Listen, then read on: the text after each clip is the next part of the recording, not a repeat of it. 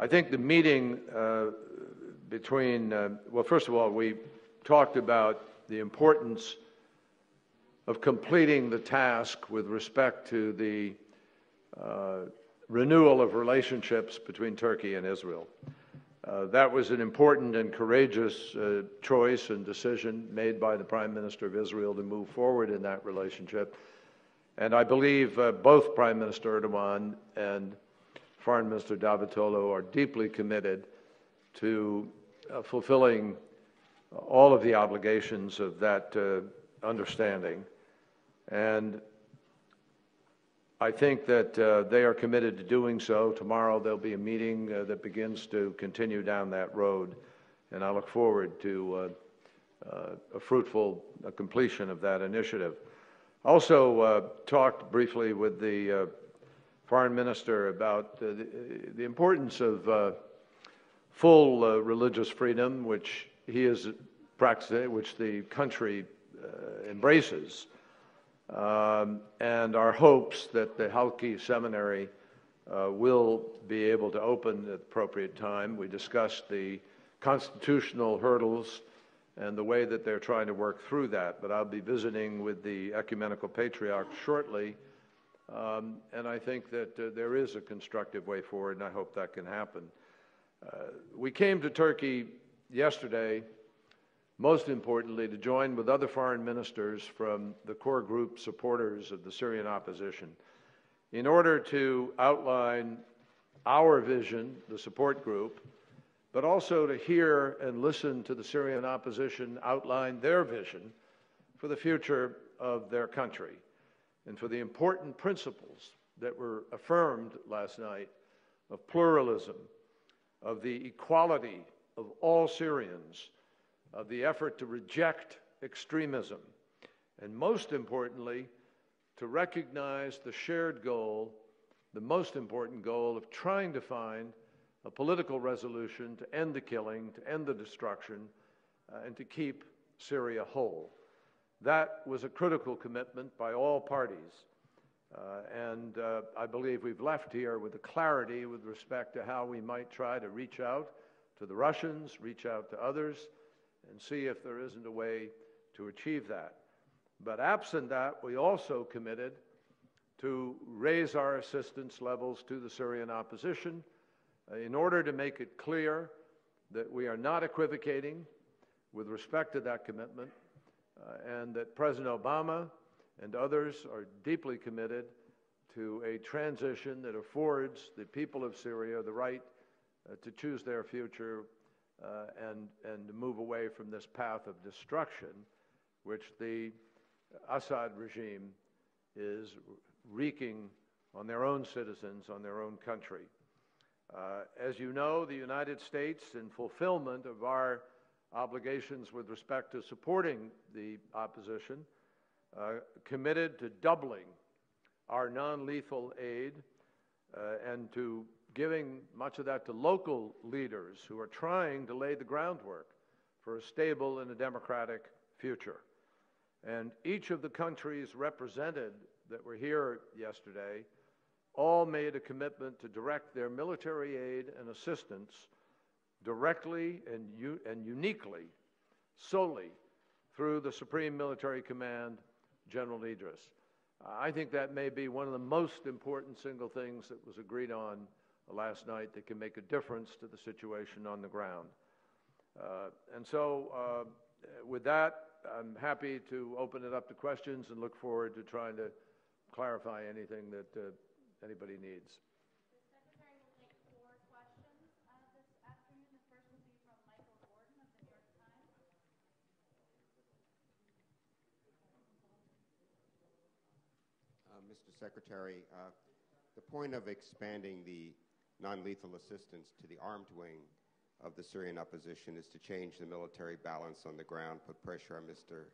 Assad, and as you put it, change Assad's calculation. But the non-lethal assistance you announced in late February in Rome, the MREs and medical supplies for the Supreme Military Command, have not yet been delivered. And we've been told this will begin to happen by the end of the month, but that will mean it's been 2 months to begin to provide this support. How quickly will this new non-lethal assistance to the Supreme Military Council be delivered? When can the opposition expect to receive it? In what concrete ways will it change the balance on the ground? And what sort of items might be provided? Thank you. Well, Michael, thank you. I can't tell you how quickly it will change things on the ground, but I can certainly try to address the question of how quickly they will get it. I can promise you that as soon as I return to Washington, which is early this next week, I'm going to press as hard as I can to make sure that this is a matter of weeks that we're talking about. This has to happen quickly. It has to have an impact, and I'm going to do everything in my power to ensure that it does. With respect to the last round, I think that a lot of that has reached them. Some of it hasn't. But we discussed with our friends here in Turkey what some of the bottlenecks have been and how to break them. I am assured by Foreign Minister Davutoglu, as well as by others engaged in the process of delivering those goods, that that bottleneck has been broken. Secretary Bill Burns was in London the other day having a pre-meeting with Deputy Foreign Minister Syrian, and they came to some agreement on that, as well as what we did further today. So I'm quite confident that some of those log jams are going to be broken. Secondly, we also agreed, because of this movement of items to General Idris, that's going to have a profound impact, particularly in the South, where some items have been coming in, but there hasn't been as good a level of coordination as perhaps there should be.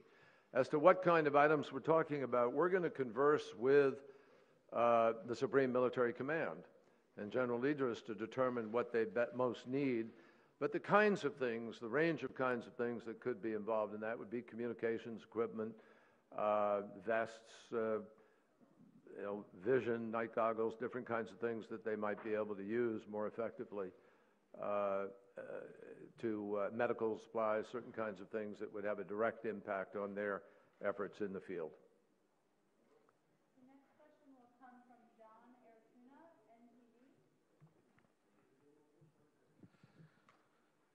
NTV. Mr. Secretary, thank you. Regarding to your last statement, do you refer Turkey as a hub for delivering aid to Syria, to Mr. Idris? And my second question would be about the peace process, ongoing peace process. How do you conceive Prime Minister Erdogan's planned visit to Gaza? Do you think it's going to be a constructive step in the peace process? What was the first part of the question? It was about something about General Idris? Yeah, it was about the distribution of the aid to Syrian opposition. Do you think Turkey would be one of the hubs for distributing aid to the Syrian opposition? Well, let me just answer that this way. I think you need to talk to Prime Minister Erdogan or the Foreign Minister to ask how they would like to be described with respect to being a hub or a contributor or whatever. That's their decision. But have they committed to be able to be helpful in this process and make commitments to deliver supplies and so forth? The answer is yes. Every party there last night committed to provide. Now, some are providing lethal aid, some are providing non-lethal aid, and there is a division among them, but put together as a package, it's a forceful initiative that I think will be very, very helpful. And General Idris, as I said last night, made a very impressive presentation. He could not have been more clear about his determination to separate what he and the opposition are doing from what some of the radical and extreme elements are doing.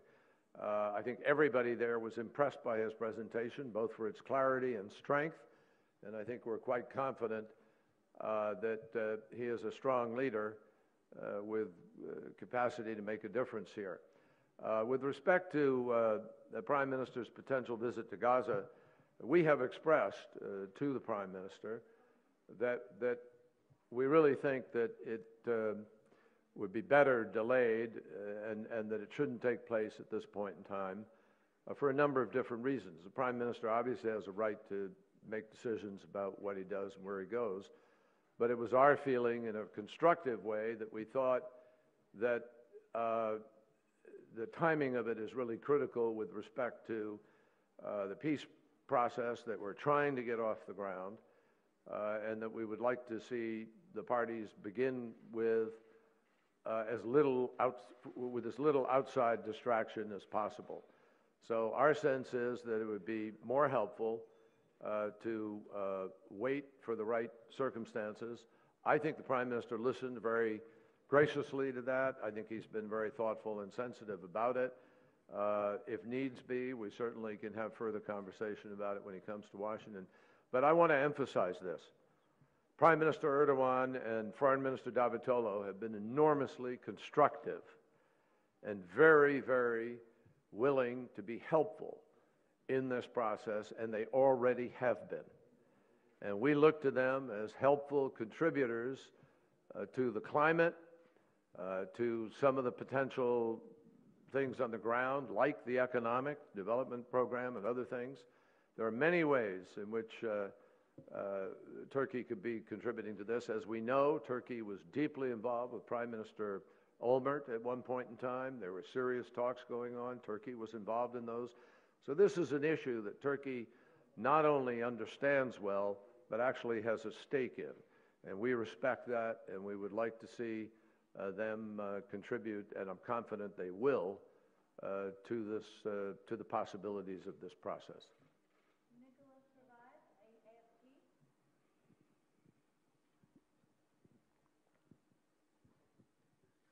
Thank you very much, Mr. Secretary. This is a question on the Palestinian. Could you tell us, Mr. Secretary, whether during your meeting with President Abbas this morning you did raise the issue of the resignation of Prime Minister Fayyad? And do you consider this resignation as a bad news for the U.S. efforts to try to bring peace between Israelis and Palestinians? Well, it's a very good question, Nicholas. Thank you. Let me begin by saying that I consider Salam Fayyad a personal friend and someone for whom I have enormous respect. And he has been a very, very important force in the development of a viable Palestinian Authority on the West Bank, of their security arrangements, their economic development, the transparency and accountability of their financial system and transactions. And we are sorry to see him reach a point where both his health and his energy level and his sense of ability to sort of really carry on are challenged. We're very respectful of that. This is a good man who has worked unbelievably hard to create the full measure of country that he's working for. So I'm sad to see him go, as is President Obama and all of us who have confidence in him. That said, I think he would be the first to tell you, as I will tell you, that this initiative, this dream, this effort that we're working towards is bigger than one man. It doesn't just depend on one person within a structure. And there are other very qualified, very experienced business people, people of international reputation, people with development skills and management skills who are capable of taking this on. The answer to your question directly is, yes, we did talk about it. And we talked about the succession process and what will occur. And President Abbas made it very clear that he understands the international community's concern and focus on the issues that I articulated earlier about accountability, transparency. And I'm confident the President is going to find a person that he believes can fill the shoes, do the job, and work with everybody. But we are going to continue and will work, as I said, because this goal and this effort is bigger than one person. And we're on a track. And I hope the track we're on is one that can come to a positive place in the course maybe of the next weeks, month or so, where we are capable of really laying out a road forward. That's our hope. I say hope. I'm not going to express levels of optimism or qualify it. It's a hope. But I think President Abbas is very deeply committed to that process. Salam Fayyad will stay on for the next 35 days or more, somewhere in that vicinity. He'll be a caretaker prime minister. There'll be a careful transitional process. And I am convinced Salam Fayyad will continue to be involved in the development efforts and the politics of the Palestinian Authority. I have no doubt about that. So we look forward to simply moving on, continuing, and beginning to work with whoever and whatever successor structure the President puts together, President Abbas puts together.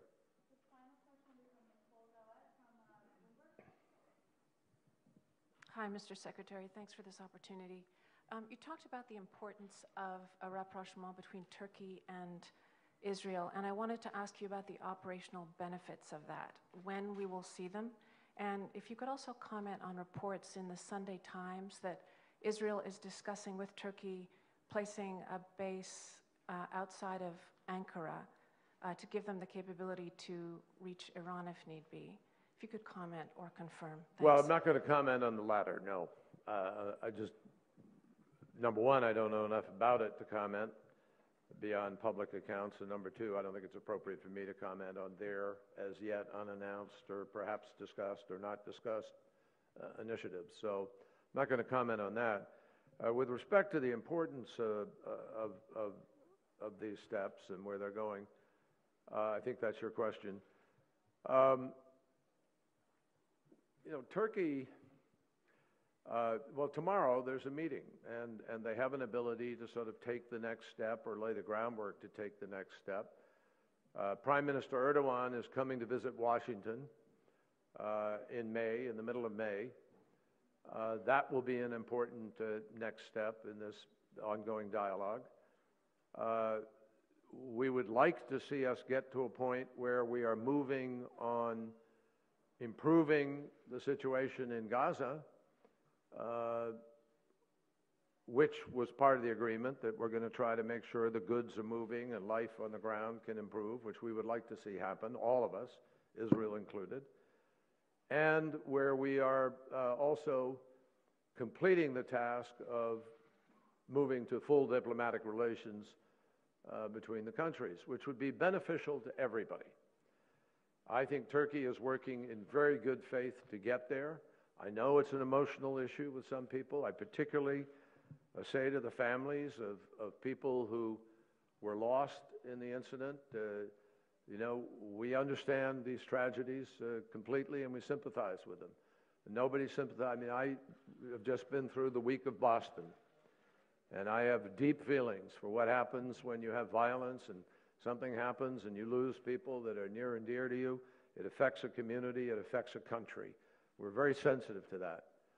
But going forward, we have to find the best way to bring people together to reduce tensions and undo the stereotypes that divide people and try to make peace. If we can find a way to rebuild Germany after a war and make peace and see Germany today be an extraordinary contributor to the economy and dialogue of the world, I hope we can move even in this part of the world to break down barriers that people think can never be broke down. And Turkey can play a key role in helping us to do that. It requires the two parties to work together in good faith to do it. And I hope in the next few days that that's exactly what will take place. Now, I want to make sure that is that? Operational benefits, like, The operational benefit? Yeah, I know you can't comment on this Sunday Times article, but if there are other concrete ways that this rapprochement could help U.S. further its policy in the region. The U.S. furthers. Well, look, Turkey is a NATO country. And as a NATO country, Turkey is an important contributor to peace in the region. And one of the reasons that we have a Patriot battery on the border here in Turkey is because of that relationship. So clearly, if allies who have differences have suddenly put those differences aside, you have a much stronger alliance. You have a much stronger ability to be able to address other concerns you may have, and ultimately to stand up to threats that are mutual. And one of those mutual threats is Iran. So without any question, this rapprochement puts us in a position to be able to not allow us to be divided on something of as enormous consequence as the potential of a nuclear program in Iran, which still has not been adequately answered. So in counterterrorism, there are benefits that we could obviously exchange. There are serious questions about what is happening in Syria and the ways in which Syria is destabilizing the entire region. And because of some of the people, the extremists, who have come in to Syria, they could threaten Israel, they could threaten Turkey, they could threaten simply the integrity of the state of Syria. We have great mutual interests, Turkey, the United States, and Israel, in that security arrangement. So there are huge reasons why it is beneficial for this rapprochement to be completed as soon as possible, because it meets all of our strategic needs and interests. That's probably more direct. Thank you. Thank you, everyone. Thank you all very much. Appreciate it.